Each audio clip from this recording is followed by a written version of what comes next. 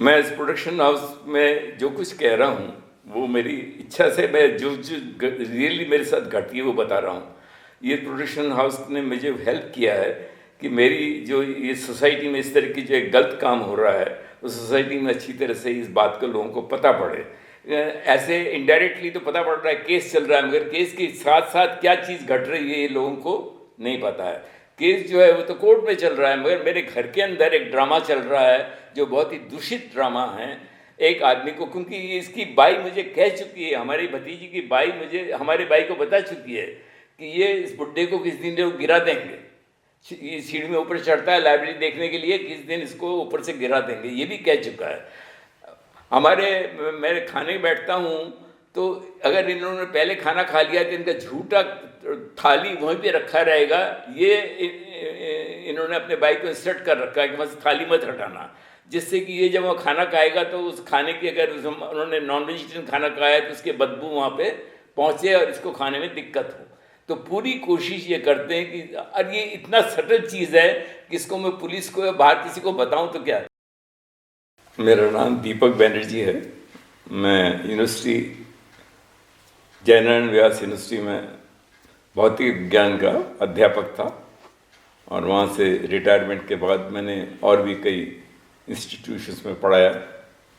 जो आईआईटी में भी, जोधपुर में जब आईआईटी खुला तब उन्होंने मुझे पढ़ाने के लिए बुलाया, तो वहाँ भी मुझे पढ़ाने का मौका मिला।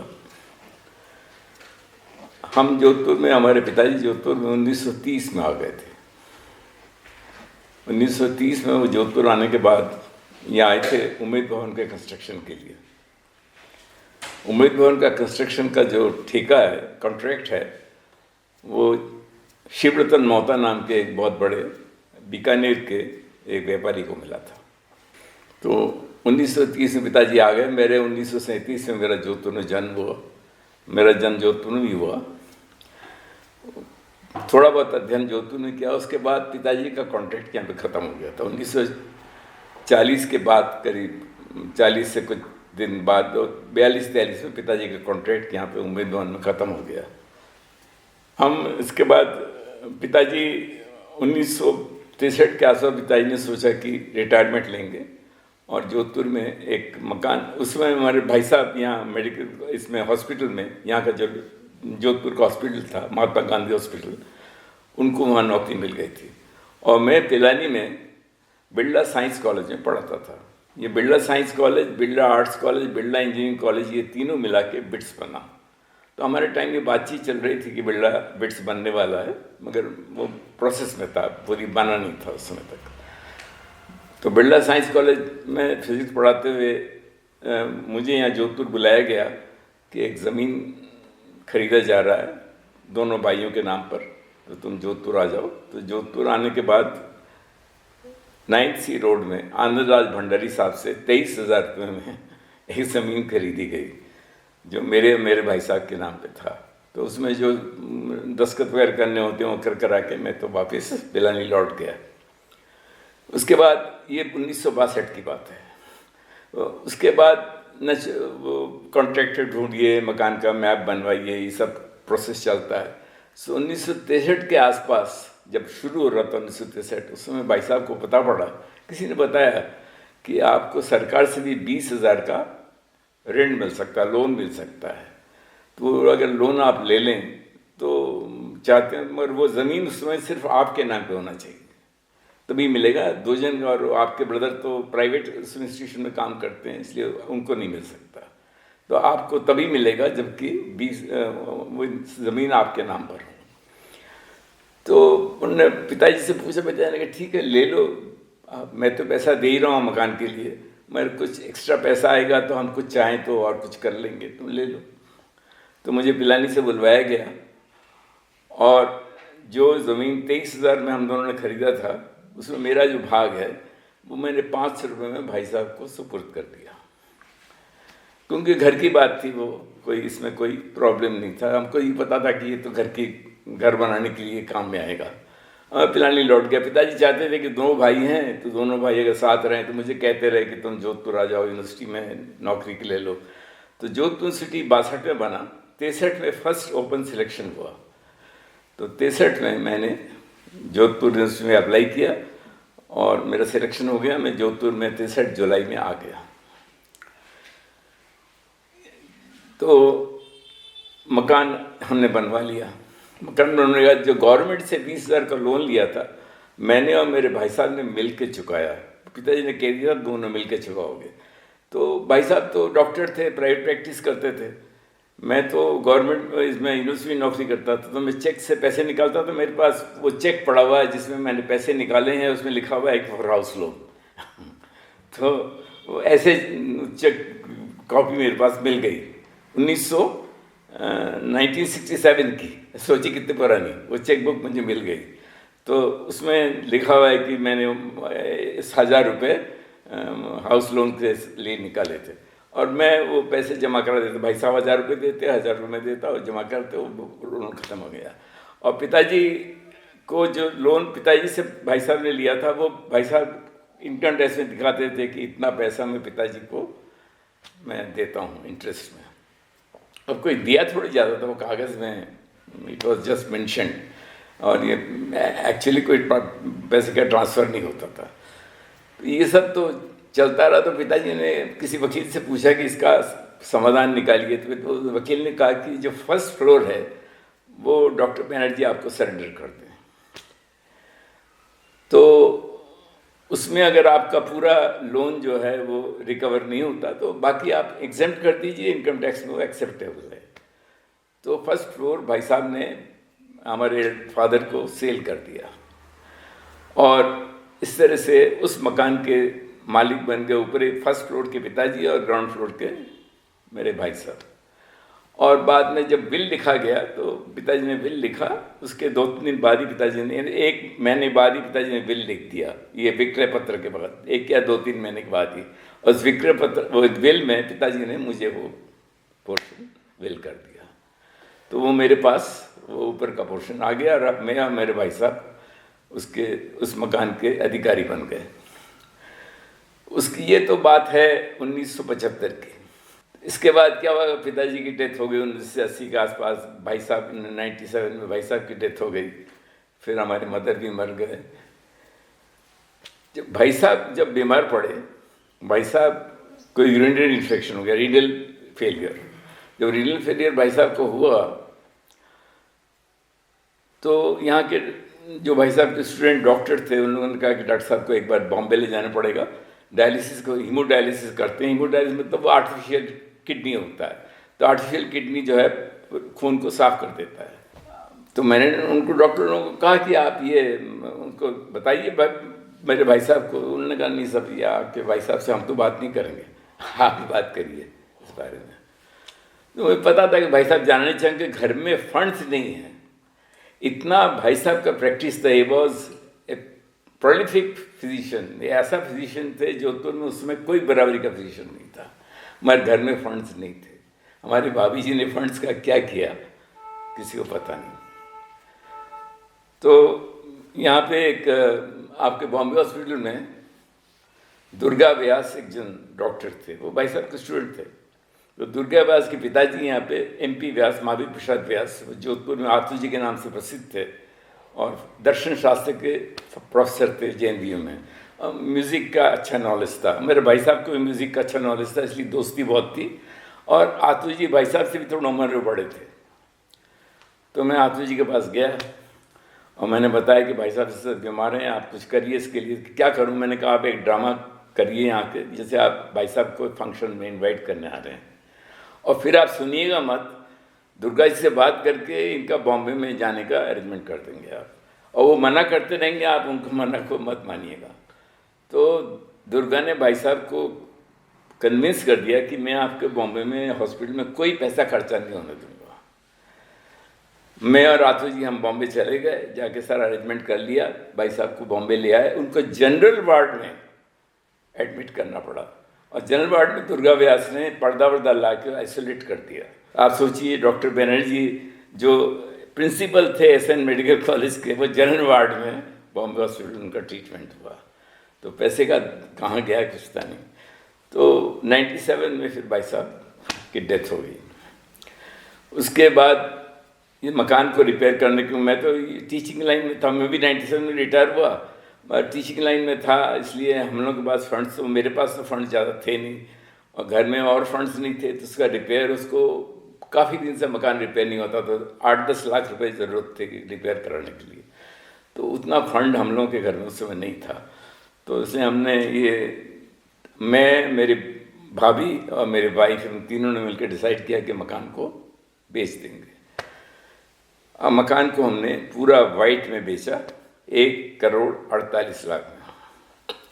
उसको बेच के फिर जब वो उनसे बातचीत हुई, हमारे वो सिंधी, केवलानी नाम था उनका, केवलानी साहब से बातचीत हुई, तो मैंने केवलानी साहब से कहा, देखिए साहब, हम तो, आप जब हम पैसा देंगे तब हम ज़मीन ढूंढना कोशिश शुरू करेंगे, बना बनाया मकान मिल गया तो हम ले लेंगे, अगर बना बनाया मकान में प्रॉब्लम सिर्फ मेरी लाइब्रेरी की है, मेरी लाइब्रेरी के लिए कमरा चाहिए बहुत बड़ा, वो लाइब्रेरी कमरा मिले तब जाएंगे, और नहीं मिले बना बनाया ऐसा मकान तो हम मकान बनाएंगे, तो ये सब करने में टाइम लगेगा। तो हम किराएदार बन गए।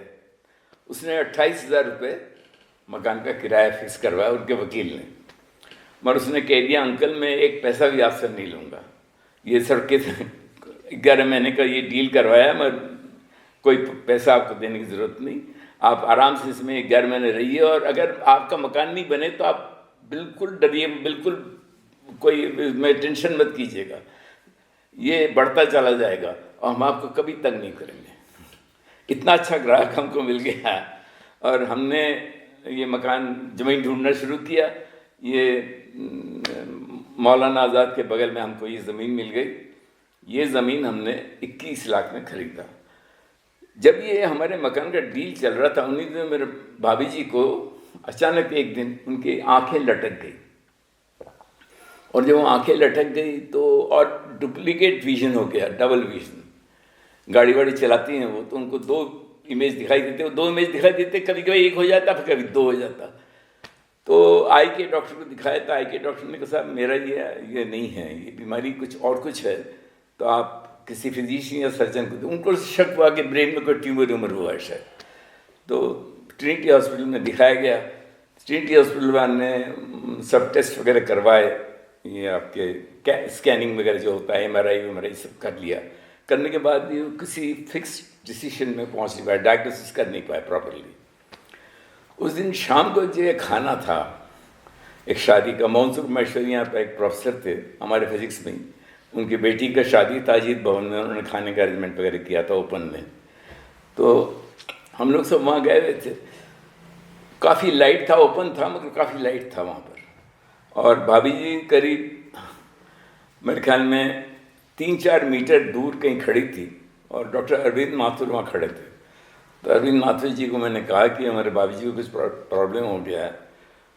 तो बोले क्या हुआ सर? तो मैंने कहा देखिए उनका वो गॉगल्स मैं खोल रखा था, तो उन्होंने वहाँ से देख के मुझे कहा, सर मुझे लग रहा है ये माइस्थीनिया ग्रेविस है, और कल इसका टेस्ट करवा लेते हैं राजीव माथुर से, तो कंफर्म हो जाएगा।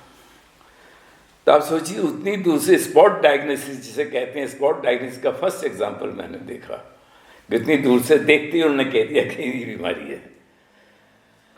उसके बाद नेक्स्ट डे हम लोगों ने राजीव माथुर से टेस्ट वगैरह करवाया, कंफर्म हो गया कि माइस्थीनिया ग्रेविस है। तो वही भाभी जी का ट्रीटमेंट उसका शुरू हो गया। वो उन्हीं दिनों हुआ था जब हमने ये नया ज़मीन ढूंढ रहे थे।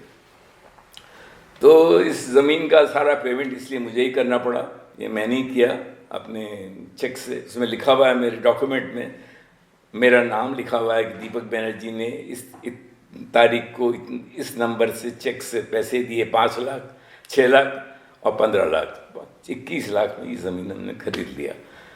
फिर ये मकान बना, इसमें मकान बना हुआ था, हमको 2 कमरे हमने रख लिए, बाकी हम चेंज करना चाहते हैं। हमने इसका ड्राइंग बनवा लिया था मकान का, और उसके बाद ये मकान बनना शुरू हुआ अप्रैल के महीने में, अप्रैल 2004 में, और अक्टूबर 2004 में हम घुस गए मकान में।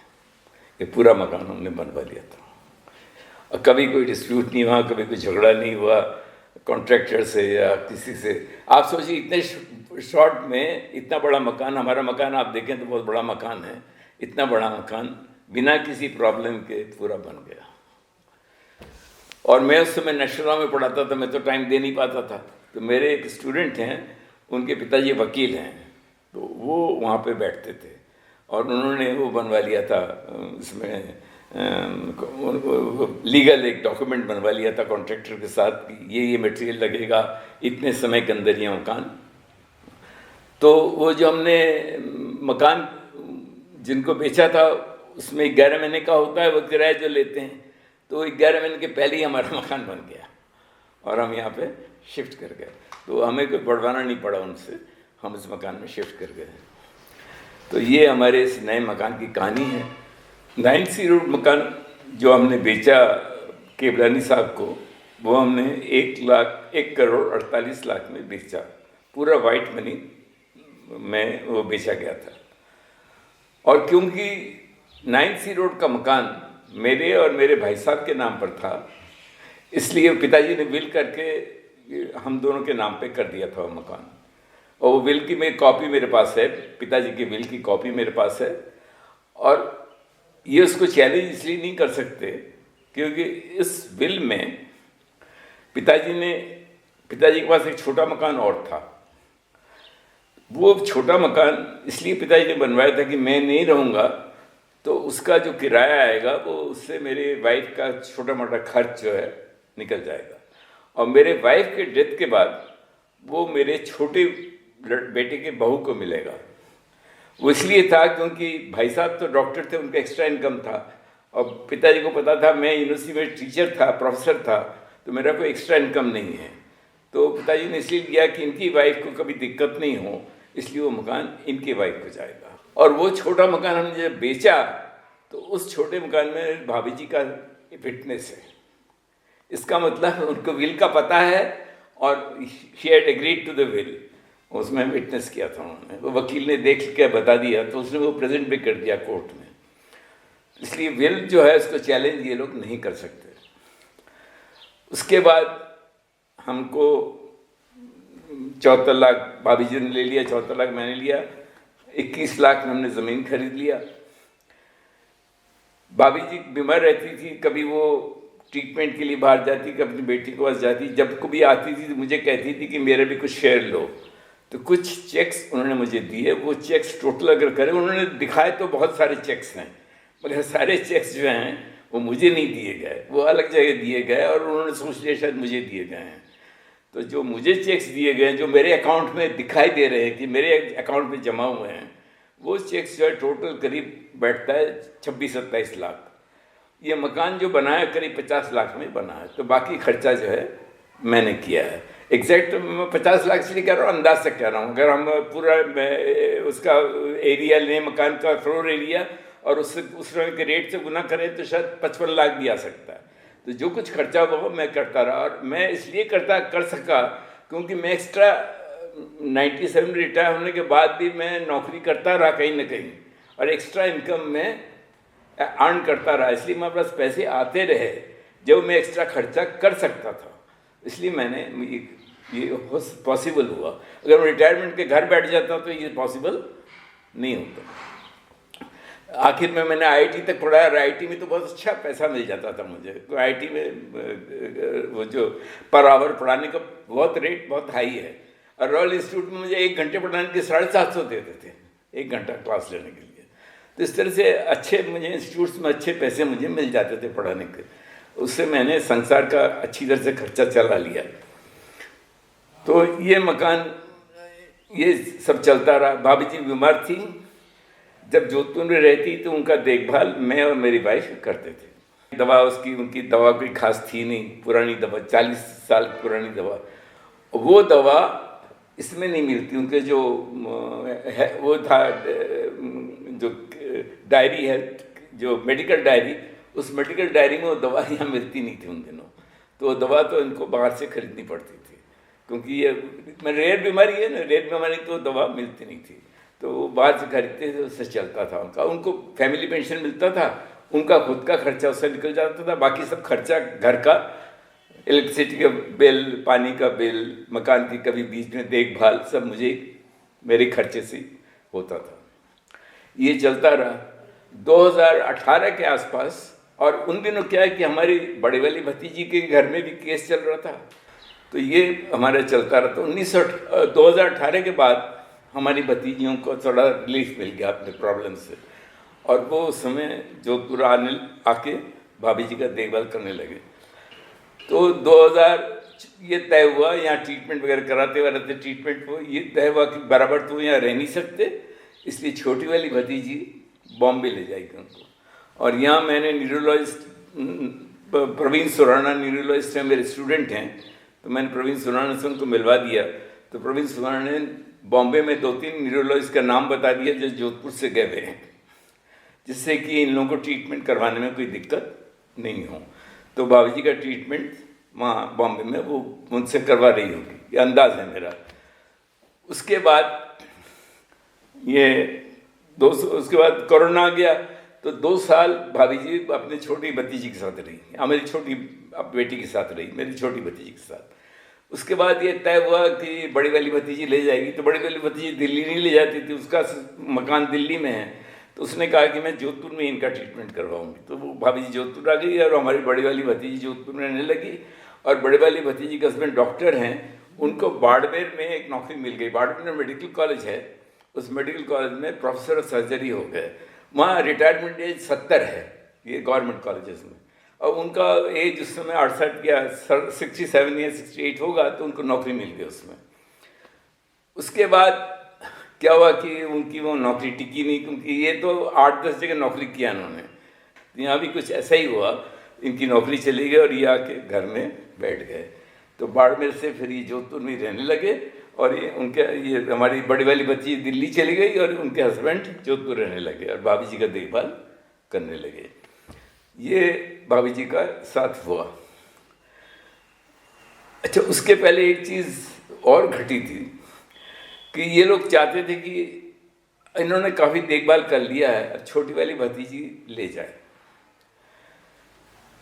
उस समय ये पता पड़ा कि एक हार्मोनल इंजेक्शन है, इनको पता ही था, शायद पहले लगवाने में दिक्कत थी। वो हार्मोनल इंजेक्शन 1 लाख रुपए में मिलता है।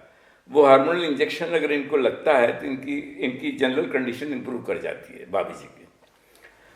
तो हार्मोनल इंजेक्शन 1 लाख रुपए का लगेगा। तब ये दोनों बहनों में बहस हुई, वो मैंने सुना था उस बहस में। तो उनका हस्बैंड, जो छोटी वाली भतीजी का हस्बैंड, कर no we can not spend so much money, we can not spend so much money, ये सब झगड़ा चल रहा था। तब हमारी छोटी वाली भतीजी ने किसी से कहलवाया मुझे कि मकान आप बेच दीजिए। तो मैं भी चाहता था मकान बिक जाए, झंझट इनके बिहेवियर से मैं तंग था, इन दोनों भतीजियों के। इनका शुरू में आए इतना हॉस्टाइल बिहेवियर नहीं था, मगर धीरे धीरे इनके बिहेवियर में हॉस्टिलिटी आती गई, दुश्मनी दिखाने लगे। जब ये दुश्मनी दिखाने लगे तो मैंने सोचा कि इनके साथ रहना तो मुश्किल होगा, और इन्होंने खुद जब ऑफर दिया है तो मकान बिकवा दो। फॉर्चुनेटली उस समय हमारे बगल में भी 600 स्क्वायर यार्ड का और एक मकान है जहांगीर साहब का। तो उन्होंने मुझे जो जोधपुर आए तो मुझसे मिले, तो उन्होंने कहा कि अंकल हम भी मकान बेचना चाहते हैं, तो आप अगर ग्राहक ढूंढ रहे हैं तो हमारे लिए भी ढूंढिएगा। तो मैंने देखा कि 2 ज़मीन 600 स्क्वायर यार्ड की अवेलेबल है। तो ये तो अच्छा है, किसी बिल्डर से बात कर सकते हैं, बड़े पार्टी से बात कर सकते हैं। इस बीच में उसके पास में एक कुरैशी रहते हैं, उनकी डॉटर ने हमारे भाई को कहा कि अंकल अगर बेचना चाहते हैं तो हमारा भी ऐड कर लें, क्योंकि हम लोग तो कभी सऊदी चले जाते हैं, कभी मस्कट चले जाते हैं, तो हम लोग तो कोई, तो हमारे जो पापा हैं वो भी चाहते हैं कि ज़मीन बिकवा जाए। तो मैंने देखा ये तो बड़ा अच्छा है, 3 प्लॉट 600 स्क्वायर यार्ड के मिल जाएँ। तो मैंने एम्प्लॉय स्टेट इंश्योरेंस जो है वो मजदूर वगैरह का देखभाल करता है, मेडिकल देखभाल, वहाँ के, ये जब जोधपुर में इसका ऑफिस इस्टेब्लिश हुआ तो उनके जो चीफ थे बंगाली थे, तो मेरे से बड़ी अच्छी दोस्ती थी। तो उसके कई स्टाफ के लोगों को मैं इसलिए जानता हूँ। तो मैंने सोचा कि इनसे बात करें, क्योंकि बिल्डर लोगों के जो बिल्डर्स हैं उनके मजदूर लोग यहाँ दवा लेते हैं इनके थ्रू। तो मैंने उनसे बात की, उन्होंने कहा ठीक है हम किसी बिल्डर से बात कर देंगे और ये 3 प्लॉट आपके बिकवाने की कोशिश करेंगे अच्छे प्राइस में। इस बीच में इनको पता पड़ा कि भाई साहब बहुत पहले रिटायर हो चुके थे, इसलिए राजस्थान गवर्नमेंट हेल्थ सर्विस में उनका नाम नहीं था, मगर कुछ पैसा जमा करा के वो राजस्थान गवर्नमेंट हेल्थ सर्विस में आ सकते हैं। तो उन्होंने वो कैपिटल जमा करा दिया और राजस्थान गवर्नमेंट हेल्थ सर्विस में भाई साहब का नाम आ गया। अब जब नाम आ गया तो हॉस्पिटल में तो भाई साहब का थोड़ा बहुत जान पहचान, अभी भी वो रेपुटेशन तो चलता ही है, ख्याति तो है ही। तो वो इंजेक्शन 1 लाख का बड़े आसानी से लगने लगा। तो अब उन्होंने ज़मीन बेचने का आइडिया छोड़ दिया। अब सोचा कि पूरा ज़मीन लो, अब मकान क्यों बेचो। और उसके बाद तो जब ये सब चीज़ घट गई और फिर वो हमारी छोटी वाली भतीजी ने कहा कि अब तो मैं बॉम्बे नहीं ले जाऊँ, क्योंकि बॉम्बे में तुम्हें ये RGHS नहीं लगेगा, जोधपुर में ही RGHS मिलेगा, तो अभी जोधपुर में ही रहेंगी। तो और यहाँ पर इंजेक्शन लगता रहा। तो इस अवस्था में उनकी तो मेरे साथ दुश्मनी बढ़ती गई। मुझे मेरे लाइब्रेरी का रैक गिरा दिया और भी कई घटनाएं ऐसी घटी जिसमें कि मैं बहुत समझ गया कि, और मेरे जो दोस्तों को पता पड़ा उन लोगों ने भी कहा भाई ये तुमको बहुत नुकसान पहुंचा सकते हैं, इसलिए बेटर ये है कि तुम अपना पोर्शन ऑफ इनको मत दो। तो मैं जब लखनऊ में पढ़ता था तो रामकृष्ण के सन्यासी लोग मेरे लोकल गार्जियन हुआ करते थे। तो मैंने मिशन से मेरे बड़े अच्छे संबंध हैं, बहुत सन्यासी लोग हमारे यहाँ आते थे, मिलते थे। तो मैंने ये सोचा कि रामकृष्ण मिशन को ये मकान, मेरा जो पोर्शन है मकान का, वो मैं रामकृष्ण मिशन को दे दूँगा। ये मैंने तय किया। ये बात जब इनको पता पड़ा तो इन्होंने केस कर दिया। और केस इसलिए किया कि इनको सिविल केस चलता है कई बरस तक, तो समझ गए कि सिविल केस कई बरस तक चलेगा, इस बीच में ये आदमी तो मर ही जाएगा। और ये आदमी मर गया तो इसके तो कोई बच्चे तो हैं नहीं, तो हम ही इसके लोकल इनहेरिटर हैं, मेरे जोधपुर में इनहेरिटर है, नेचुरल इनहेरिटर, तो हमें ये ज़मीन पूरी मिल जाएगी। दिस इज़ द रीज़न उन्होंने केस कर दिया कि उस पर तो मकान न मिशन के पास जाए न बिक पाए। तो this is the main reason why this case has been instituted. और ये भाभी जी से केस करवाया थंब इम्प्रेशन से, पढ़ी लिखी लेडी थी मगर थंब इम्प्रेशन से केस हुआ। उसके बाद ये केस जो है 18 अगस्त 2023 में हुआ। तो मैंने एक वकील तय किया। वो वकील ने मुझसे पूछा अक्टूबर के महीने में कि सर अब हमारे जवाब देने का टाइम आया है, तो आप क्या चाहते हैं। तो मैंने कहा कि कोशिश करो कि अगर मीडिएशन से कोई बातचीत हो जाए। तो उन्होंने कहा ठीक है, मीडिएशन के लिए मैं अप्लाई कर देता हूँ। तो मीडिएशन के लिए अप्लाई कर दिया। तो उनके वकील ने हमारे वकील को कहा कि सर ये मीडिएशन में वो मैडम तो आ नहीं सकती, तो मैडम की बेटी अपीयर होगी, यानी बड़ी वाली भतीजी। तो जज ने कहा ये होता नहीं है, जो केस करते हैं जिनके नाम पे केस होता है वो आपस में बात करते हैं। तो कहा वो तो आ नहीं पाएंगे कोर्ट में। कोई बात नहीं, कैमरा कोर्ट में उनके घर में चला जाएगा, हम वीडियो कॉन्फ्रेंसिंग करा देंगे, वो स्क्रीन में रहेंगी, दीपक बनर्जी कोर्ट में रहेंगे, वो आपस में बात कर लेंगे। तो मैं कोर्ट में था और भाभी जी स्क्रीन में थी, और हमारी बड़ी वाली भतीजी उनको पकड़े हुई थी। तो जज तो समझ गए कि इनकी हालत बड़ी ख़राब है। हमारे वकील ने कहा कि मैडम, जज को कहा कि मैडम इनको हटवा दीजिए, ये इनकी बेटी बैठी है, वो इनको वो करेगी, बताती रहेगी इनको। तो उसने, जज ने कहा नहीं गिरवर पड़े, उनको पकड़े रहने दीजिए। तो पकड़ी रही। जज ने मुझे कहा कि आप बात कर लीजिए अपने भाभी से। तो मैंने बंगला में बातचीत शुरू की, तो मुझे देख ही नहीं रही है, स्टैचू की तरह बैठी हैं। तो जज ने कहा लाइए मैं बात करती हूँ, वो लेडी हैं जज। तो जज ने 8-10 सवाल पूछे। एक सवाल का जवाब ना, वो हमारी भतीजी कहती जा रही माँ बोलो माँ बोलो माँ बोलो, माँ बोल ही नहीं पा रही। तब जज ने कहा कि पता नहीं ये केस कैसे किया, ये बोल ही नहीं पा रही है, केस कैसे हुआ। और हमारे वकील ने भी ये बात कहा। तब जज ने कहा कि जब वकील साहब ये तो बैठा नहीं, मीडिएशन तो बैठा नहीं, तो अब आप 15 ये मीडिएशन जो है 27 अक्टूबर को हुआ। तो उसने कहा कि अब 15 नवंबर को आप अपना जवाब दे दीजिए। तो ये तय हो गया कि 15 नवंबर को हमारी तरफ से जो उन्होंने जो हमारे खिलाफ जो केस किया है उसका जवाब 15 नवंबर को जाएगा। उसके बाद एक दो दिन में वो जो हमारी बड़ी भतीजी के जो हस्बैंड हैं, डॉक्टर हैं, वो अचानक गायब हो गए, यानी वहाँ से जोधपुर में नहीं थे।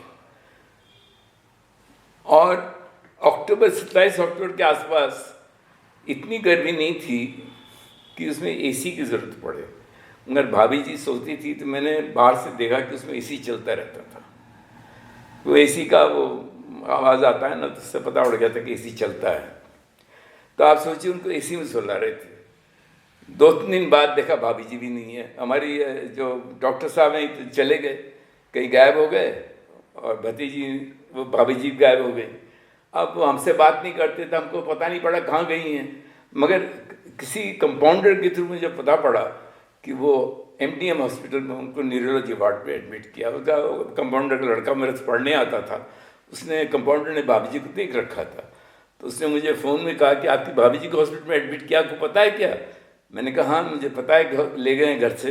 अच्छा हॉस्पिटल में किया है क्या? कि हाँ यहाँ न्यूरोलॉजी वार्ड में एडमिट किया है। मैंने कहा अच्छा अच्छा ठीक है। अब हम वो डॉक्टर साहब अचानक लौट भी आए, और दोनों शाम को बैठ के जब बैठते खाना खाते थे तो बड़े गंभीर मुद्रा में बैठे रहते थे।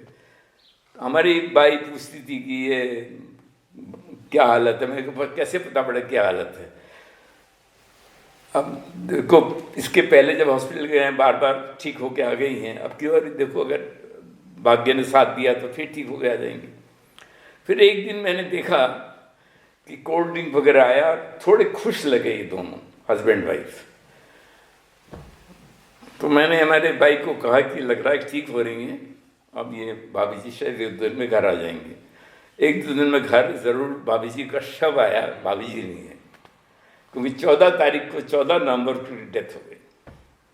तो बड़ा आश्चर्य की बात है, 15 नवंबर को हियरिंग था हमारा, 14 नवंबर को डेथ हो गई। तो मुझे तो अब मैं क्या बताऊं, उसमें मुझे शक है कि ये कोई नेचुरल डेथ मुझे नहीं लग रहा है। तो ये मुझे लगा कि इस तरह से डेथ हुई। उसके बाद श्राद्ध हो गया। श्राद्ध होने के बाद वो डॉक्टर तो चले गए, और इन लोगों ने बता दिया कोर्ट को कि हम लोग वायर हैं, हेयर हैं, इनहेरिट किया हमने दोनों ने। तो ये दोनों अब हमारे वो बन गए, वादी बन गए, वादी बन गए। वो परिवादी नहीं हूँ। तो वो केस अभी तक चल रहा है, और हमारा जवाब भी जा चुका है। जो नेक्स्ट हमारा जो हियरिंग है वो 19 जुलाई को है। अब देखें क्या होता है। एविडेंस कहते हैं कि एविडेंस का स्टेज पहुंच गया है, एविडेंस के स्टेज में आगे क्या होता है देखा जाए। अब ये हमारी भतीजी और उसके हस्बैंड पूरी कोशिश करते थे कि किसी तरह से इस मकान से मैं निकल जाऊं, और इस मकान से निकल जाने के लिए मुझे मेरे दोस्तों ने कई ने एडवाइस किया कि आप मकान छोड़ दीजिए, क्योंकि मुझे तरह तरह से परेशान करने की कोशिश करते थे। जैसे मैं बताया, मेरी छोटी कैंची थी जिससे मैं नाक के बाल काटता था, अचानक एक दिन गायब हो गया। एक दिन उसको मैंने टूटा हुआ उनके कमरे में मिला वो। इसी तरह से मेरी लाइब्रेरी रात को मैंने यूज़ किया था, सुबह गया तो मैंने देखा कि एक रैक दूसरे रैक के ऊपर गिरा हुआ है, सारे किताबें और मैगज़ीन बिखर गई हैं, और वो रैक जो है टेढ़े हो गए। फिर मुझे मिस्त्री को बुलाना पड़ा, सारी किताबें खाली करवानी पड़ी। मिस्त्री से 3-4 हज़ार रुपये खर्च करवा के ये रैक्स को मैंने रिपेयर करवाया, और रिपेयर करवाने के बाद उसने ये बताया कि आप जिससे ना गिरे, 3 रैक है मेरे, तीनों रैक को उसने जोड़ दिया स्क्रू से, कि अब ये गिराना मुश्किल होगा, और अगर आप कभी मकान बदलना भी पड़े तो इन्हें स्क्रू से रैक से निकाल देंगे, ये जॉइंट निकाल देंगे तो रैक्स खुल जाएंगे, तो आपको आसानी से आप बात भी निकाल सकेंगे। अब ये जो रैक वगैरह मैंने ठीक करवा दिए, रैक्स अंदर रखवा दिए। मैगज़ीन ऊपर रखवाना ये डेट वाइज सजाना पड़ता है।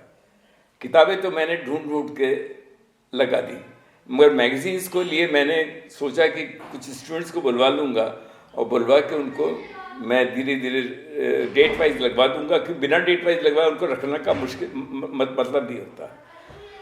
इस बीच में उस कमरे में झाड़ू तक नहीं लगता था, क्योंकि हमारी जो बाई है जो हमारे खाना पकाती थी। पहले कॉमन बाई थी, हर एक के खाना पकाती थी और हर एक के कमरे में काम करती थी। मगर और शुरू में इनकी ये कोशिश रही कि उस भाई को मेरे खिलाफ कर दिया जाए, वो भाई मेरा काम कम करे, उनका काम ज़्यादा करे। मगर शायद उस भाई के दिमाग में ये बात नहीं आई होगी, उसको गिफ्ट कर देते, कई तरह के गिफ्ट दे रहे थे उसको प्रलोभन, उसको बढ़ाने के लिए, उसमें उसको कॉन्फिडेंस बिन करने के लिए। मगर जब वो नहीं कर पाए तो वो भाई के खिलाफ हो गए और ये कहा जाने लगा कि तो चोर है, इसलिए चोरी कर देती है। तो ये एलिगेशन जब बाई पे लगा तो उसने ऊपर चढ़ना छोड़ दिया और मेरे कमरे में झाड़ू तक वो नहीं लगाएगी। अब ये किताबें, एक बार रैक गिर गया, मैंने किताबें तो लगा दी मगर वो मैगज़ीन लगा नहीं पाया, धूल भर गया है। मैं नहीं चाहता कि किताबों को और कोई डिस्टर्ब करे, इसलिए मैंने उसमें ताला लगाया जिससे कि मैं ही खुद ही घुस सकूँ या मेरे स्टूडेंट लोग मेरे परमिशन से वहाँ घुसें और कोई अजनबी वहाँ पे घुस के और इधर छेड़खानी करने से क्या होगा, लखनऊ में और दिक्कत होगी। इसलिए मैंने उसमें लॉक लगाया। उसके बाद हमारे पास एक 2 बाथरूम हैं। एक बाथरूम मैंने ऊपर बनवाया था कि जो स्टूडेंट पढ़ने आते थे या ऊपर कभी कभी मीटिंग भी करते थे उस हॉल के अंदर। रामकृष्ण मिशन का एक मीटिंग भी उस हॉल में 2-3 बार हुआ है। तो उसके जैसे जो लोग आएंगे उनको यूज़ करने के लिए बाथरूम है। इसी तरह से उसी बाथरूम के नीचे एक बाथरूम है। वो बाथरूम हमारे गेस्ट लोगों के लिए बना है कि गेस्ट लोग आएंगे तो हर बेडरूम के साथ एक बाथरूम है, मगर वहाँ तो जा नहीं सकते तो उस बाथरूम को यूज़ करेंगे, नीचे वाले बाथरूम को।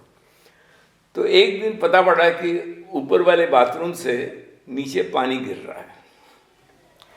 अब ये बारिश के दिन थे तो मैंने सोचा कहीं पानी इकट्ठा हो गया, शायद उस पानी इकट्ठा होने की वजह से ये पानी गिर रहा है। तो बहुत कोशिश की पता लगाने की, तो पता नहीं पड़ा। फिर मैंने मिस्त्रियों को बुलाया, मेरे कॉन्ट्रैक्टर जिन्होंने मकान बनाया था उसको भी बुलाया। सब ने कहा साहब ये बरसात बंद होने दीजिए। उसके बाद हम लोग पता लगा सकेंगे। इस बीच में दीवार खराब होने लगे थे, पानी टपकता जा रहा था, बाहर भी दीवार में पानी आने लग गया था। समझ में नहीं आ रहा था पानी कहाँ से आ रहा है। और मिस्त्रियों को भी पता नहीं पड़ा, उन्होंने कहा साहब इतने पाइप्स हैं, पता नहीं कौन सा पाइप लीक कर रहा है, कहाँ से पानी घुस रहा है, कुछ पता नहीं पड़ेगा। तो इसमें सब आपको 30-40 हज़ार रुपये खर्चा हो जाएगा, क्योंकि टाइल्स भी हमको उठाने पड़ेंगे बाथरूम के, कि बाथरूम के नीचे कहाँ पे ये पाइप टूट गया है, पता लगाना पड़ेगा।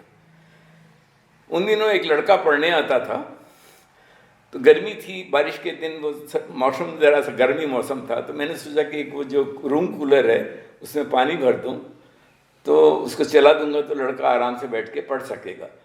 तो पाइप लगा के मैंने उसमें जोड़ दिया रूम कूलर में, और जो टॉयलेट के पास एक नल होता है बाथरूम के अंदर, उस टॉयलेट को उस नल में मैंने पाइप लगाने की कोशिश की, तो वहाँ से तो पानी लीक करने लगा।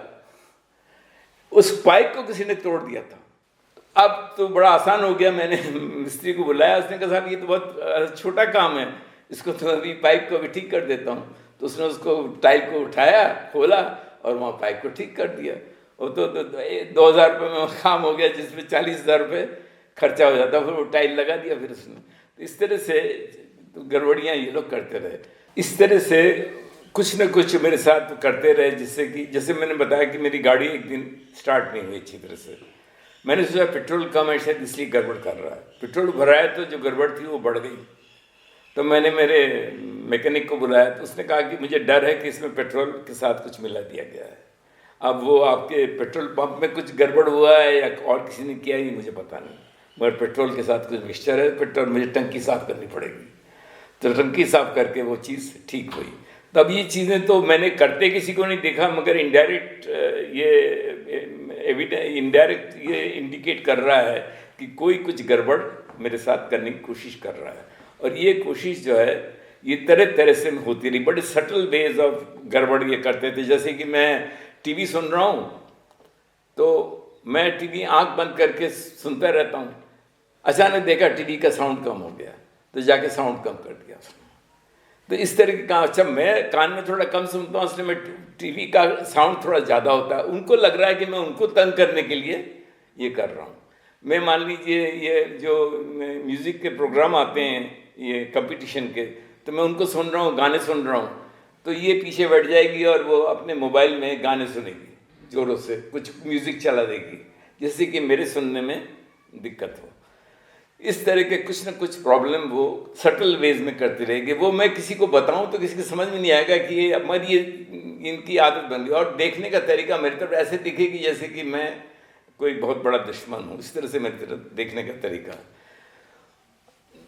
उनका हस्बैंड का भी और उनके वाइफ का भी, दोनों का ये था।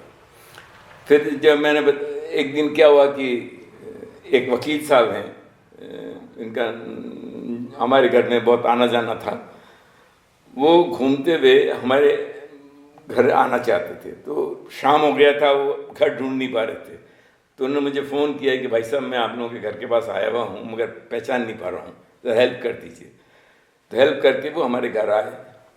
लोढ़ा साहब, मिस्टर लोढ़ा हैं, अच्छे वकील माने जाते हैं, उनकी वाइफ भी थी साथ में। अब वो अंदर आए, आके मेरे से फिर कहा कि भाभी जी से तो मिलने एक बार भाभी जी आए, बिना इतनी देर आए भाभी जी से नहीं मिलने, मैं कैसे जाऊँ? जाओ अपने वाइफ को कहा कि तुम जाओ। तो मैं उनको लेके भाभी जी के उसमें बेडरूम में ले गया। तो हमारी बाई भी उस समय आके खाना पका रही थी। उनकी एक बाई थी उस समय, जो बॉम्बे से किसी कंपनी के थ्रू आई थी, वो देखभाल करती थी भाभी जी की, वो कमरे में थी।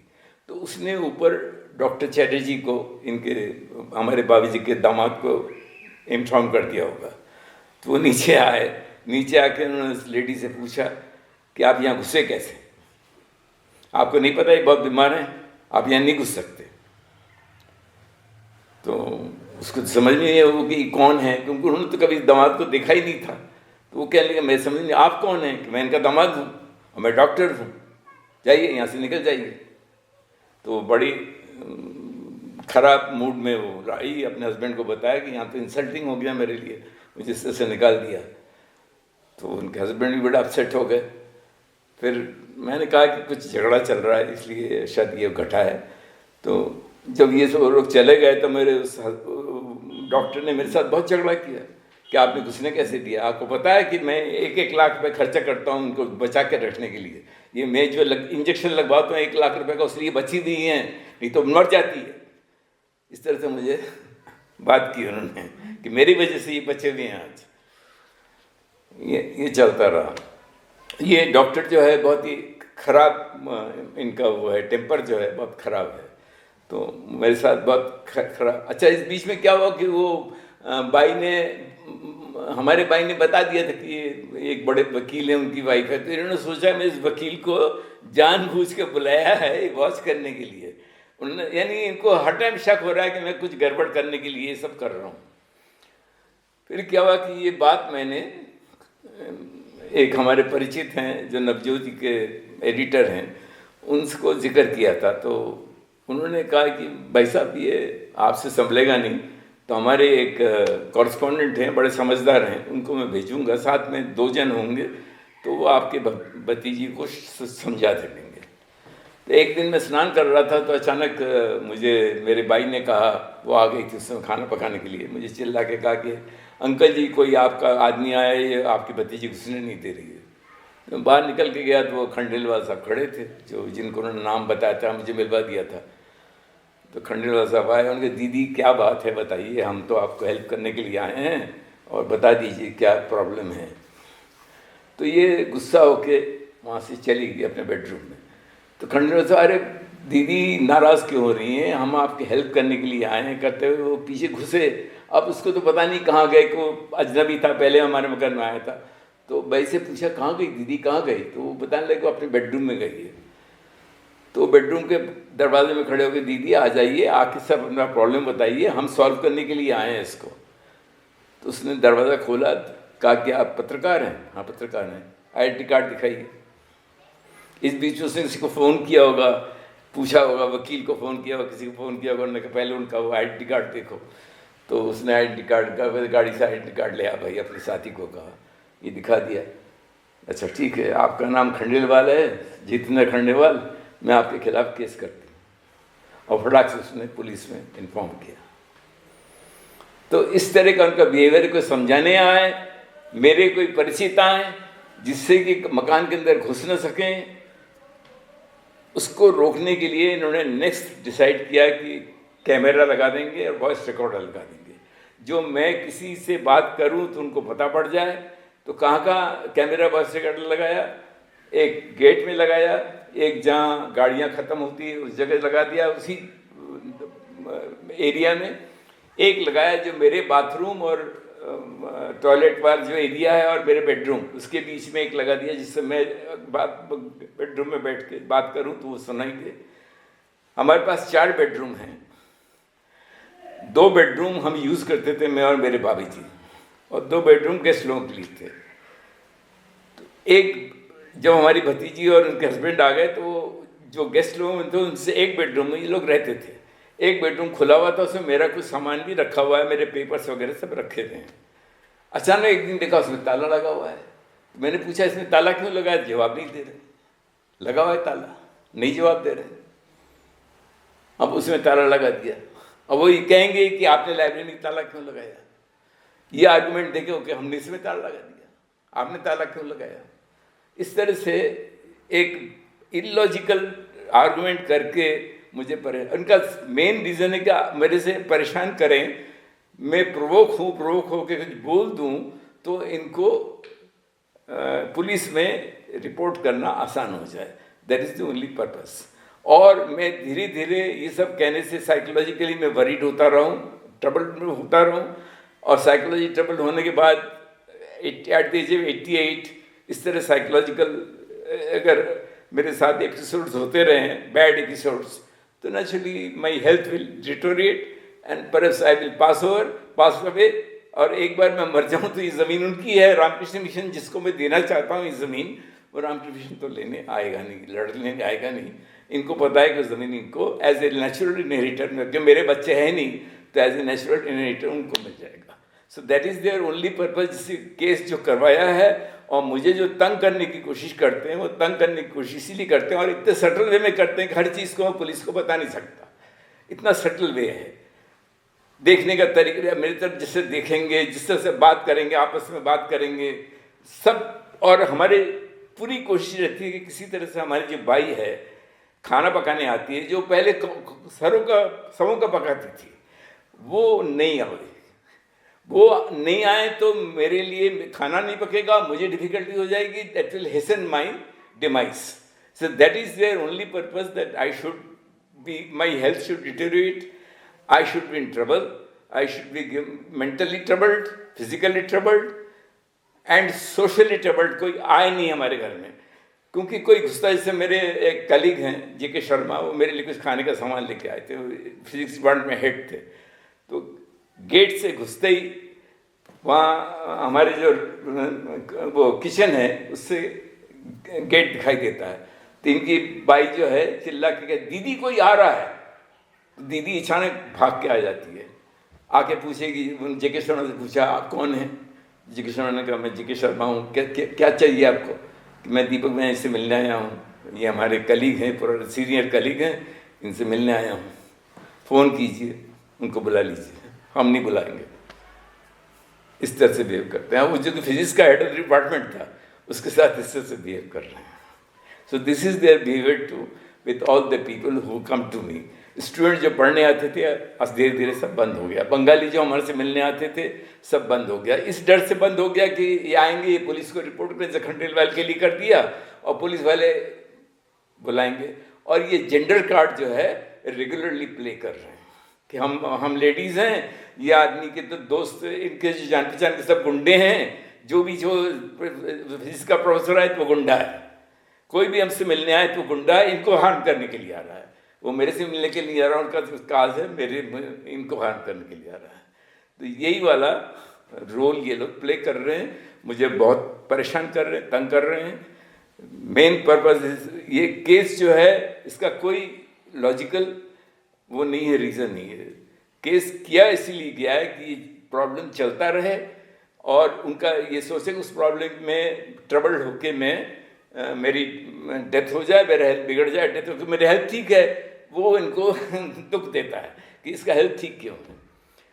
अब ये मैंने आपको ये बात करते हुए ये मैंने मेंशन किया है कि ये इनकी बड़ी कोशिश रहती है कि मेरे जो खाना पकाने वाली बाई है इसको किसी से डिस्टर्ब किया जाए, जिससे कि ये हमारे घर आना बंद कर दे।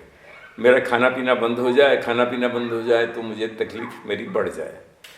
मेरे गेस्ट जो आएंगे ना आ रहे हैं, गेस्ट ना आए उसके लिए क्या करेंगे, गेस्ट को बाहर ही रोकने की कोशिश करेंगे, जिससे कि उनको लगे, वेलकम की जगह उनको लगे कि यहाँ आना it is not very comfortable, तो धीरे धीरे आना बंद करते हैं। मेरे स्टूडेंट्स जो आते हैं वो भी इसीलिए धीरे धीरे सब बंद हो गए, इस डर से बंद हो गए कि यहाँ केस चल रहा है, पता नहीं ये कभी पुलिस को बुला देंगी, ये लेडीज़ लोग बड़ी वो डराने वाली, यानी ये लोग बड़े रिसोर्सफुल हैं, कभी पुलिस को खबर दे देंगे और हमारे साथ कोई दिक्कत हो जाएगी। जो खंडेलवाल साहब पत्रकार के साथ डिस्टर्बेंस हो गया तो हम लोग तो क्या खेत की मूली हैं, हमको तो कभी कभी ये नुकसान पहुंचा सकते हैं। तो लोगों ने धीरे धीरे हमारे यहाँ आना बंद कर दिया। अगर कोई आ भी जाता है, जैसे मैं एक आपको छोटा सा एग्जांपल दे रहा हूँ कि ये जो बड़े यहाँ के मिनिस्टर बने हैं, जोगाराम जी की जो पुत्रवधू हैं वो मेरे से मिलने आई थी। वो मिलने आई तो हमारे जो बड़ी वाली भतीजी का हस्बैंड वहाँ बैठे रहे, उठे नहीं वहाँ से। अब वो मेरे से बात करने आई थी, वो मेरे से बात करने, वो लग रही कि अजनबी बैठा है जिसको वो जानते भी नहीं है। अच्छा, वो मेरे से बात नहीं करता, वो जो मेरा भतीजे का हस्बैंड है, तो मैं उसको हिंट दे रहा हूँ कि कमरा छोड़ के चला जाए, वो कमरा छोड़ के नहीं जा रहा है। तो थोड़ी देर बैठने के बाद जो असली बात करने के लिए आई थी मेरे साथ, वो बात नहीं कर पाई, वो चली गई। बाद में मैं उसके घर गया तब जाके वो बातचीत हो पाई। तो इस तरह से मेरे घर में कोई आ जाए तो मेरे साथ पूरी बातचीत नहीं होती, या तो कमरे के बाहर पर्दे के पास खड़े हो जाएंगे, सुनने की कोशिश करेंगे, और जहाँ तक हो सकेगा कमरे के अंदर आ जाएंगे और आके बैठ जाएंगे। जैसे एक छोटा सा और एग्जांपल दे रहा हूँ, ओपीएन कल्ला साहब रामकृष्ण मिशन से जुड़े हुए हैं। ओपीएन कल्ला साहब मेरे घर में आए कोई एक साइन करवाने के लिए। दोनों ये हमारी भतीजी और भतीजी बैठ गए, आप क्या साइन करवा रहे हैं इनसे? अब बताइए, एक आदमी मेरे से साइन करवाना कह रहा है, उससे क्वेश्चन कर, ओपीएन कल्ला जैसे स्पेस साइंटिस्ट से वो क्वेश्चन कर रहे हैं कि क्या साइन करवाने के लिए आप आए इनसे? तो उन्होंने कहा कि साहब ये हमारे फाइनेंशियर हैं और जो कुछ फाइनेंस हम इनके थ्रू लेते हैं इसलिए वो साइन करवाने आए हैं हमसे। तो ये कह के वो मजाक उड़ा के उनका वहाँ से चले गए।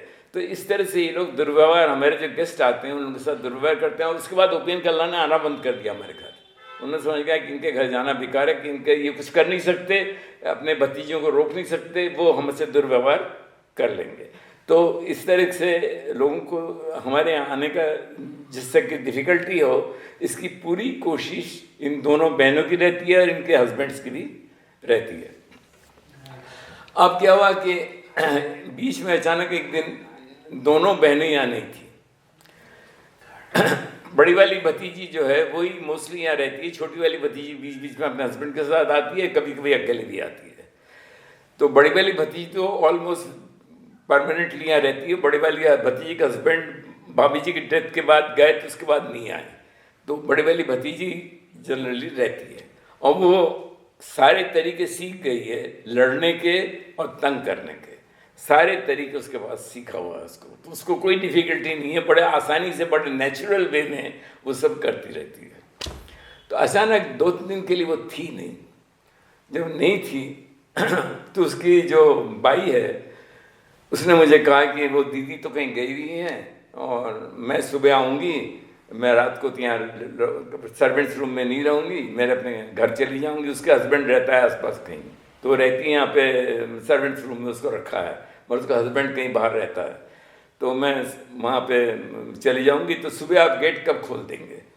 तो मैंने कहा मैं 8 बजे करीब गेट खोलता हूँ, 8 बजे खोल दूँगा। हाँ ठीक है 8 बजे मैं झाड़ू वाड़ू लगाने के लिए आऊँगी और फिर चले जाऊँगी, तो 8 बजे आप गेट खोल दीजिएगा। तो उसके बाद वो अंदर घुसी और सारे दरवाजे चेक कर रही कि दरवाजे बंद हैं या नहीं, जैसे कि उन लोगों का घर है और मैं दरवाजे खुला रख दूँगा। अब मैंने उसे कहा अरे देखो ये मकान मैंने बनवाया है और इसी मकान में ये लोग तभी आए हैं 7-8 साल पहले, और मैं तो इस मकान में जब से ही बना हूँ, और ये दरवाजे बंद करना ये सब करना मेरा काम है। ये सब करते हो आप लोग तो मुझे अच्छा नहीं लगता, और मुझे मजबूरी में कभी पुलिस को ये कहना पड़ेगा कि इस तरह से छोटी छोटी चीज़ें करके मुझे डिस्टर्ब करने की कोशिश करते हैं। नहीं अब कभी नहीं करूँगी, हाथ जोड़ कर से आप कभी नहीं करूँगी, ये आखिर है, अब कभी नहीं करूँगी कह के चली गई। नेक्स्ट डे जब वो आई, हमारे बाई खाना बनाई थी, 1 बजे की बात होगी, 1 डेढ़ बजे की बात होगी, हमारी बाई खाना पकाने के लिए आई थी। और मैं उस समय टीवी चला देता हूँ, मैं खाना खाते हुए ज़रा टीवी में न्यूज़ वगैरह देखता हूँ।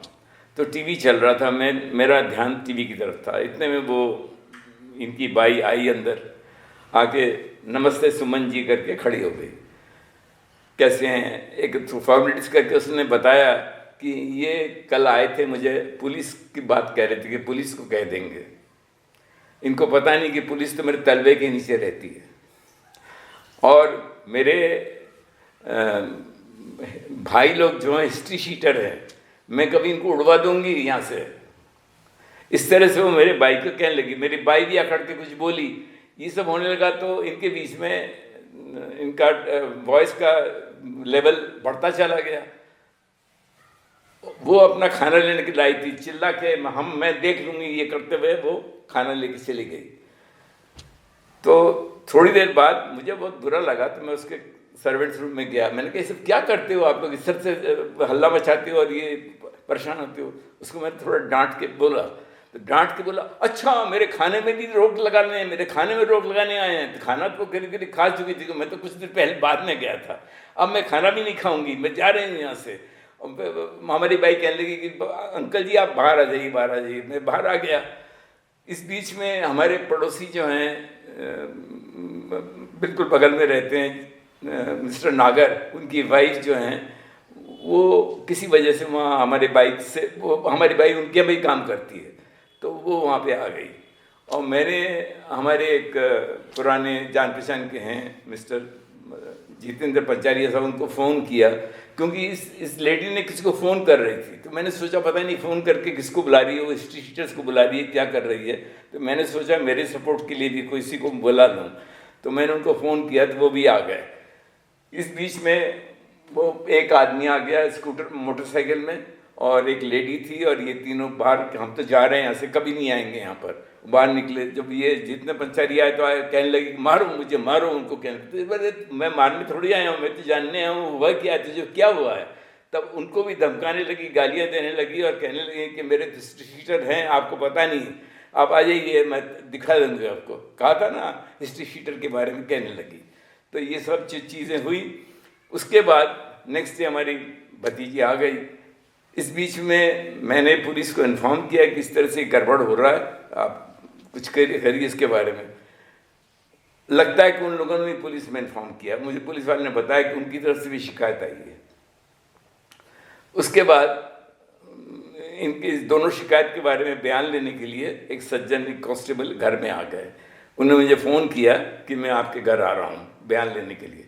मैं उस समय कहीं बैठा हुआ था, किसी मेरे फ्रेंड के यहाँ।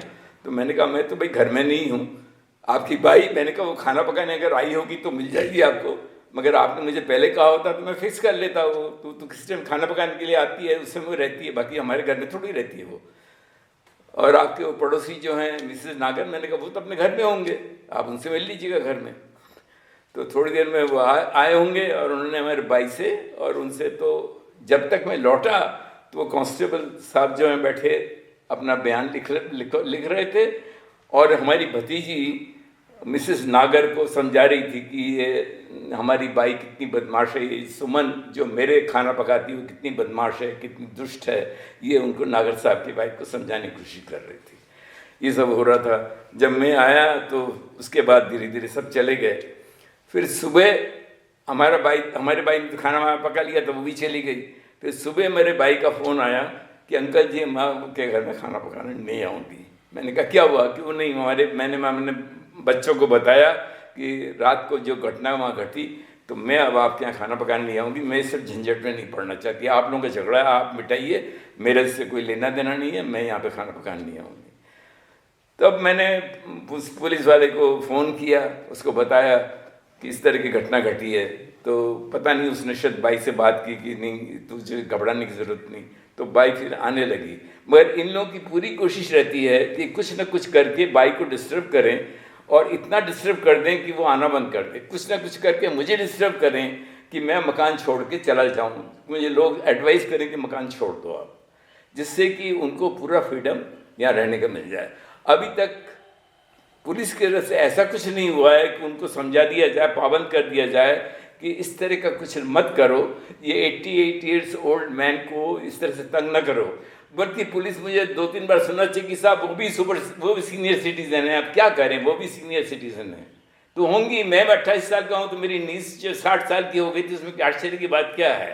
मगर पुलिस को 60 साल और 28 साल में कोई फ़र्क नहीं पता पड़ रहा। मेरी लाइब्रेरी की हालत बड़ी ख़राब हो गई है, क्योंकि ऊपर झाड़ू लगाने के लिए बाई हमारी आती नहीं है। उसको ऐसा डर हो गया है कि वो ऊपर आएगी तो उसको चोरी का कोई इल्ज़ाम लगा के उस पर कोई केस करवा देंगे, पुलिस को रिपोर्ट करेंगे। तो उसने मना कर दिया कि मैं ऊपर जाके झाड़ू नहीं लगाऊंगी। इनकी बाई जो है वो इनके दोनों ऊपर बेडरूम जो हैं, जो कि इन्होंने मैंने बताया कि अनऑथराइज इन्होंने ऑक्यूपाई कर रखे हैं, उनको वो साफ़ करती है। और उसके बाद जो एरिया है जिसमें मैं बच्चों को पढ़ाता हूँ, और वहाँ पे मैंने बताया कि ऊपर एक मैंने बाथरूम भी बना रखा है जिसमें कि स्टूडेंट्स या गेस्ट अगर मेरे साथ एकेडमिक डिस्कशन करने के कोई आए तो उस बाथरूम को यूज़ कर सके। तो उस बाथरूम के पास कोई झाड़ू नहीं लगता, वहाँ झाड़ू नहीं। उसको कह रखा है कि आधे उस पोर्शन को सिर्फ झाड़ू लगाना जहाँ पे कि हम लोग आते जाते हैं, बाकी कहीं झाड़ू लगाने की ज़रूरत नहीं है। और कोई इसको हेल्प नहीं करना है। जैसे इसका मान लीजिए हाथ से कप गिर गया तो उठा के मत देना, उठा के दिया तो तुम्हारी नौकरी चली जाएगी, इतना डरा रखा। और एक बाई ने ऐसा किया था तो उसकी नौकरी उन्होंने छीन ली। वो बॉम्बे से आई थी, उसने मेरे बर्तन धो दिए थे, तो उसको कहा तुमने इसके बर्तन कैसे धो दिए, हमारा दुश्मन नहीं है, तो कल से तुम मत नहीं आओगे। इसको मना कर दिया, बॉम्बे से दूसरे एक बाई को मंगवा लिया। तो इतना इनको मेरे प्रति आक्रोश ये दर्शाते हैं। अब इन्होंने वो तो गार्ड, इन्होंने जिस दिन ये बाई का साथ झगड़ा वगड़ा हुआ तो बाहर गार्ड भी, वो उस समय ये हमारी छोटी वाली भतीजी का हस्बैंड भी यहाँ पे था, वो इन चीज़ों में ये जो कैमरा वगैरह लगे सब उसी ने मैनेज किया था, ये सब he is expert in this. और उसने गार्ड के लिए जाके बातचीत करके वहाँ पे अरेंजमेंट कर दिया कि 2 गार्ड आने लगे और बैठने लगे। और अब क्या हुआ कि अब हमारे जो गेस्ट आते हैं उनको कैमरे के अलावा गार्ड से भी मुकाबला करना पड़ता है, तो अब और मुश्किल हो गया है। टीकेबी नाम की एक प्रोडक्शन हाउस है जो शूटिंग करने के लोकेशन ढूंढ रही थी। उनको लगा कि हमारा जो ड्राइंग रूम है उसमें थोड़ा सा एक शूटिंग कर सकते हैं। इस बात करने के लिए, इस चीज़ के लिए वो हमसे मिलने के लिए आई थी। उनको वहाँ पे रोका गया, गार्ड ने रोका उनको, किसी तरह से वो अंदर तो आ गए। अंदर आने के बाद उनको जब पता पड़ा कि हमारी लाइब्रेरी, मेरे पास बहुत अच्छी लाइब्रेरी है, तो मैंने उनको बताया कि लाइब्रेरी बहुत गंदा है, मैं आपको क्या दिखाऊं, शर्म आती है मुझे। क्या किसी तरह से मैंने जाके ताला खोल के उनको लाइब्रेरी दिखाया तो उनको बड़ा अच्छा लगा। इतनी सारी किताबें, इतने पुराने मैगज़ीन्स सब यहाँ पड़े हुए हैं। तो उन्होंने शूट करना शुरू किया था। हमारे छोटी वाली भतीजी और उसके हस्बैंड उस समय यहाँ थे, तो वो दोनों ऊपर आ गए और दोनों ने आके झगड़ा शुरू किया उनसे बिना बात के। जो मेरे गेस्ट हैं, मेरे गेस्ट के साथ उनके गेस्ट आए तो वो अलाउड है, मेरे गेस्ट आएंगे तो वो झगड़ा करेंगे। आप समझ लोग, बताने की कोशिश कर रहा हूँ कि किस तरह से मुझे डिफ़िकल्टी में डालने की कोशिश करते हैं कि मेरे गेस्ट लोग नहीं आएंगे, उनके गेस्ट लोग आएंगे, जिससे मैं अकेला हो जाऊँ, आइसोलेट हो जाऊँ।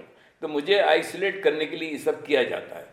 तो उनको मना कर दिया। उन्होंने कहा कि हमारे पास एक टीम है, हम आपकी लाइब्रेरी साफ़ करवा देंगे और इसकी अच्छी तरह से पब्लिसिटी करने से बच्चे आके यहाँ बैठ के पढ़ सकेंगे, जिसको मैं चाहता हूँ कि मेरे लाइब्रेरी का यूज़ ज़्यादा से ज़्यादा बच्चे यूज़ करें। तो ये टीकेबी प्रोडक्शन हाउस इसके लिए मुझे हेल्प करना चाहती थी, इन्होंने उस हेल्प न कर सकें इसके लिए पूरी रोक लगा दी। इस तरह से ये हर तरह से कोशिश कर रहे हैं। एक और मुझे बड़ी डिफ़िकल्टी हो गई है कि पहले मेरे खाने का सामान, हमारे पास किचन के पास चारों तरफ खाने का सामान जो हमारे एडिशन वेशन ऐसा रखा रहता था, अब इन्होंने वो सब तो ऑक्यूपाई कर लिया है। तो मेरे जो राशन का सामान है वो मेरी बाई जो है मेरे बेडरूम में रखती है। मेरे पास एक ही रहने का जगह है, मेरा बेडरूम, उसमें मैं अपने किताबें वहीं बैठ के पढ़ता हूँ। कोई लाइब्रेरी तो इतनी गंदी है कि वहाँ बैठ के पढ़ नहीं सकता हूँ, तो जो पढ़ना होता है मैं लाइब्रेरी से नीचे ले आता हूँ और वहाँ बैठ के पढ़ता हूँ। मेरे पास कोई एसी नहीं है, मेरे पास एक कूलर है, इन लोगों के पास एसी है। और जो इलेक्ट्रिसिटी का खर्चा है, जब से ये मकान बना है करीब करीब पूरा टाइम तक मैं देता रहा हूँ। बीच में भाभी जी ने ऑफर किया था कि मैं थोड़े दिन ये बिजली का खर्चा मैं 1 महीने का मैं दूंगा, ऑल्टरनेट मंथ में हम दोनों शेयर करेंगे। फिर भाभी जी ने मना कर दिया कि मेरे से ये पॉसिबल नहीं होगा। फिर हमारी ये भतीजी जब आ गई तो कहने लगी कि हम शेयर करेंगे। फिर इन्होंने मना कर दिया कि हम तो ये नहीं कर सकेंगे। और उसका रीज़न क्या दिया, अजीब रीज़न दिया कि आपने तो मेरे माँ को बहुत लूटा है, तो अब हम बिजली का खर्चा नहीं देंगे, अब आप सारा खर्चा आप करिए। तो जो बिजली का खर्चा आता है उनके एसी चलाने की वजह से, और जगह जगह लाइट जला के रख देते हैं और जाके मुझे बुझाना पड़ता है। ऊपर लाइट जला के रख देंगे, मैं जाऊँगा सीढ़ी में जाके उसको बुझाऊँगा। तो ये अपनी तरफ से ही लोग नहीं बचाते और इस तरह से चाहते हैं कि बिजली का बिल ज़्यादा आता रहे, जिससे कि मेरे ऊपर भार बढ़ता जाए। अब खाने का सामान क्योंकि गेस्ट उसमें मेरे बेडरूम में रखा हुआ है, तो मेरी बाई जब आती है, अगर मैं अपने बेडरूम में कपड़े वपड़े बदल रहा हूँ तो मुझे बताइए कितनी डिफ़िकल्टी होती है। क्योंकि वो मैं स्नान करके, मेरा बाथरूम और जो मेरे ड्रेसिंग रूम है बिल्कुल उससे जुड़ा हुआ है, तो मैं कपड़े वपड़े तो मेरे उसमें बेडरूम में अलमीरा है उसके अंदर रखता हूँ। तो मैं आ नहीं सकता जब तक मेरी बाई सामान वामान निकालती रहती है, तब तक मुझे वेट करना पड़ता है कि सामान वामान पूरा निकाल ले तब आके मैं अपने कपड़े पहनूँ। तो मैं कोशिश करता हूँ कि उसके आने के पहले मैं स्नान करके तैयार हूँ, और नहीं तो मुझे डिफ़िकल्टी हो जाती है। और सारे खाने का सामान अब एक छोटे से कमरे में, और अभी पुलिस वाले को आया मेरे पास मिलने के लिए, तो वहाँ के ही बैठा। ड्राइंग रूम जो है इन्हीं के लिए है, बाकी मेरे जो गेस्ट आएंगे वो आके वो मेरे बेडरूम में आके बैठे मेरे से बात करेंगे, ये लोग घुसने नहीं देंगे वहाँ पर। इस तरह से पूरी कोशिश रहती है कि मेरी ट्रबल बढ़ती रहे। और ये लोग क्या किया है कि मैंने यहाँ पे एक बड़ा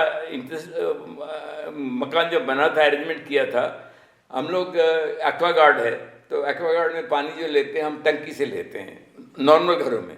मैंने क्या किया था कि एक सिंटेक्स का टंकी फर्स्ट फ्लोर में रखवा दिया था। तो मैं क्या करता हूँ, सिंटेक्स का टंकी में भरवा लेता हूँ, भरवाने के बाद उससे एक्वागार्ड में पानी आता है और सिंटेक्स की टंकी में बीच बीच में साफ़ करवा देता हूँ, तो फ्रेश पानी एक्वागार्ड में आ जाता है। इन लोगों ने क्या किया कि इनको कुछ ऐसा किया है कि अब पानी उसमें कई सारे वॉल्व हैं, वो वॉल्व खोलना बंद करना पड़ता है, वो मैं ही करता हूँ।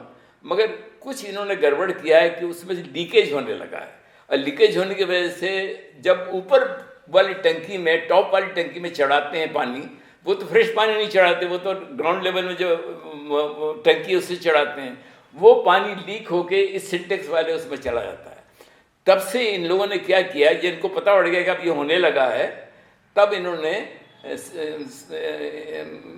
जो बाज़ार में पानी मिलता है वो ख़रीद के लाते हैं, और वो पानी ये पीते हैं। सिर्फ खाने के लिए वो पानी इनका यूज़ होता है। मैं तो वही पानी पीता हूँ, ये लोग जो है पानी है तो ये जो बाहर की कंपनी जो है उसकी कंपनी को पानी ला के ये लोग पीते हैं, नाम भूल जाता हूँ उसका। तो ये अभी आज का प्रॉब्लम है, और मैं एक्सपेक्ट करता हूँ कि सोसाइटी मुझे इस मामले में हेल्प करे, और सोसाइटी इनको इस तरह के जो दुष्कर्म करते हैं उनको ये बताए कि ये दुष्कर्म नहीं करना चाहिए।